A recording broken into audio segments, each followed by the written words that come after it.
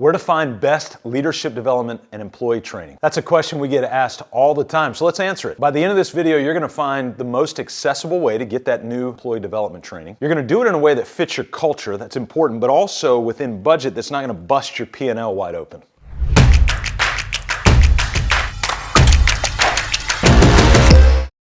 Are you tired of buying like leadership books and training and off-site stuff and then just getting motivated, getting pumped up, leaving, signing up for next year, and then within 2 weeks you're back to where you were before? Don't you wish you could buy just like a business in a box and it just does it all for you? Well, of course that doesn't exist, but I'm about to give you something I think is going to be really helpful for you. We know we need to do employee training. We know we need to do leadership development. We don't quite know why, but we know we need to do it. So when we start to think about these things, we can be really, really overwhelmed with it. And frankly, it leads to a lot of frustration from a business owner standpoint, and it leads to a lot of frustration from an employee standpoint as well, because they don't receive those knowledge tools that, frankly, they want to be equipped with when they're trying to grow and develop, both professionally and personally. I think I'm going to say some things that might catch you off guard a little bit, because you're probably looking for a hack. Where can I go buy this thing? When in reality, there's some intrinsic places I really do want you to look first. And you already have the preparation internally to help you get started. There are 3 primary areas I think I want you to go look at first. Number 1, you. Number 2, your team. Number 3, your client. If you can just start with those 3, rather than going outside to try to find all of this other stuff, I think you'll find the majority of the meat that you're looking for as it relates to training and employee development. Let's start with your own wisdom and experience. That's yours. Now, wherever you're at in business, you could be 2 years in or 5 years in or 30 years in, you've got a level of wisdom and experience that those years, those reps have provided for you that, quite frankly, you can't find anywhere else. You can get wisdom, you can get perspective outside, and those are important, by the way. But we need to start with what you already have with your wisdom. Now, too many of us right now, we're just running to the machine to try to answer the question, hey, I need this job role, let me go to the machine and get it. I need this thing, let me go to the machine and let me tell it what to do. Hold on, just stop for a second. Why are you short-circuiting what you have a gift for? You are gifted and wired based on what you're currently doing right now, or else you wouldn't be doing it. People wouldn't be paying you for that service. You realize the only reason you have a job is because I have a problem. If I didn't have a problem, I wouldn't need to hire you to get that job done. If I didn't have a problem of cleaning my own pool, I wouldn't need to hire a pool cleaner. If I didn't have a problem being able to knit and weave my own clothes, I wouldn't need to buy clothes from other people. The only reason our jobs exist is because problems exist, and you have wisdom and perspective on a problem that I do not have. So before we go outside to start finding nuggets and different things for training and development, we need to start with yourself. And one of the easiest ways to do this is to just ask yourself, what do I want my new employees to know? Get a scratch sheet of paper, write it all down, go top to bottom. What about this? What about this? Well, Scott, I don't really know what that looks like. Well, just start. Set a timer for 5 minutes and go, I'm gonna write down 10 things that I want every new employee to know or every existing employee to know.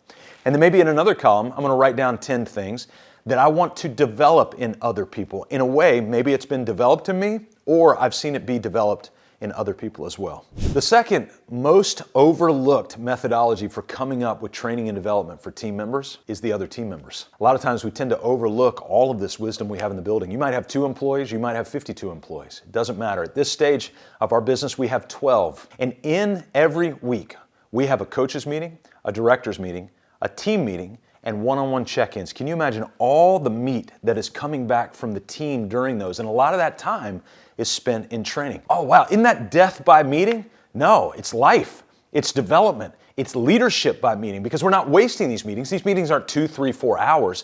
They're 1 hour solid, they're agenda-driven, leader-led. We've got very specific reasons for those, and we have what's called a feedback loop. So when somebody brings something that's unique, their perspective, we grab that, we actually have them do a video on it, and then we put it into our training all throughout the year. And so we draw that from team members. We actually do more training based on internal team members than we do outside of our team. So we've tapped into your wisdom. We've tapped into the wisdom of your team. All of this is sitting right in front of you. But there's a third that you can tap into equally that is right in front of you, and that's your client. So many of us want to know how we can create a better client experience, a more sticky client experience. Well, the reality, if you just sit down and ask them their opinion on things, they'll start to naturally gravitate towards you in the first place. They'll appreciate the fact that you care enough about them to ask them some questions.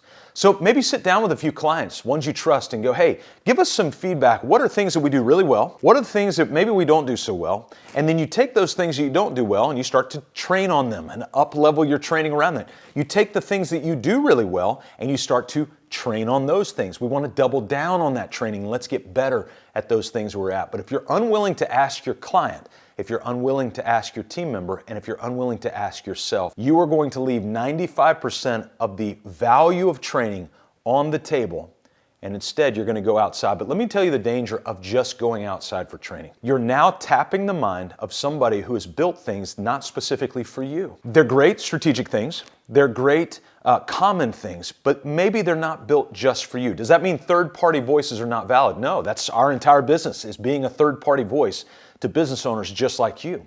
But the reality is, if you only come to people like us and draw from our wisdom, you are leaving so much of it on the table from what you can get from yourself, what you can get from your team members, and what you can get from your clients. So the easiest way to do is get a scratch sheet of paper. Yourself, your team members, your clients, start to write down, brain dump everything that you either want to get better at or the things that you're good at that you want to continue to train. And we need to do both. So how do we mine all of this stuff? We've got stuff in my brain, stuff in our team's brain, stuff in our client's brain. Well, once you get it all laid out, then we want to break it down into those 4 core systems. Everything comes back to those 4 core systems: marketing, sales, operations, and administration. And so if we can take all that stuff that we want to develop, now you might say, well, some of the stuff we want to teach is more like of a soft skill, okay? I'm going to give you now the 4 foundational cornerstones of every business. Now, marketing, sales, ops, and admin fit within these 4. So underneath the concrete, there are foundational cornerstones to every structure. And a lot of times when we say that we're working on the business versus working in the business, what we mean on the business is we're working on these 4 foundational cornerstones. And here they are. You ready? Purpose, people, process, and profit. So the 4 P's that sometimes if they're not done well, we call the 4 pains, because they can be really painful if you don't do them right. But purpose is things like vision, mission, values, culture. If you go to the people side of it, we're in org charts, job roles, onboarding process, hiring process, those sorts of things that are there. They help equip the people, right? Then we've got the process vertical. That's our master process roadmap where we find the marketing, sales, ops, and admin. That tells us all the little things that we need to do. And then we have the profit vertical as well. And so if they're tactical things like how do we do invoicing, how do we do an electrical walk, then that goes within our marketing, sales, operations, admin. But if they're more cultural things, if they're things outside of that, then we go to purpose, people, process, and profit. You can write all 8 out. You can do 2 segments. I don't care how you do it. I'm just trying to give you some framework so you can get all of this richness and goodness out of your head, your team member's head, and your client's head, because that ultimately will come together for a great training program. When you have all these processes documented, just train 1 a week. That's it. Don't overdo it. Think about this. From where you're at today, if you can just do 1 training of a process every week, you will have 52 processes trained in 1 year. So think of it this way. If you just did 10 minutes a week of training on 1 process, you're going to have hours and hours of training mounted by the end of the year. It's going to be powerful. And it'll take you 10 minutes a week to be able to do it. The hard part is not in the actually doing it long term. The hard part's in sitting down and go, what do I want to teach? And then we map it out, and then we can just, with repetition, predictability, and meaning, start to walk through it so that you have empowered your team for a great leadership development program.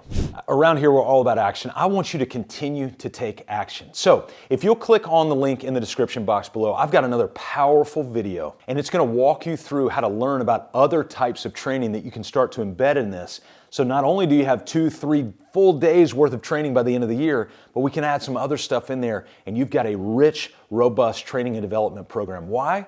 So that your team members come and they stay. They want to continue to grow with you because you're the one investing into them. Hey, my name's Scott Beebe. We work with business owners and key leaders just like you, between 3 and 100 employees, to do one thing and to do it really well. And that's to liberate you from chaos to make time for the things that matter most.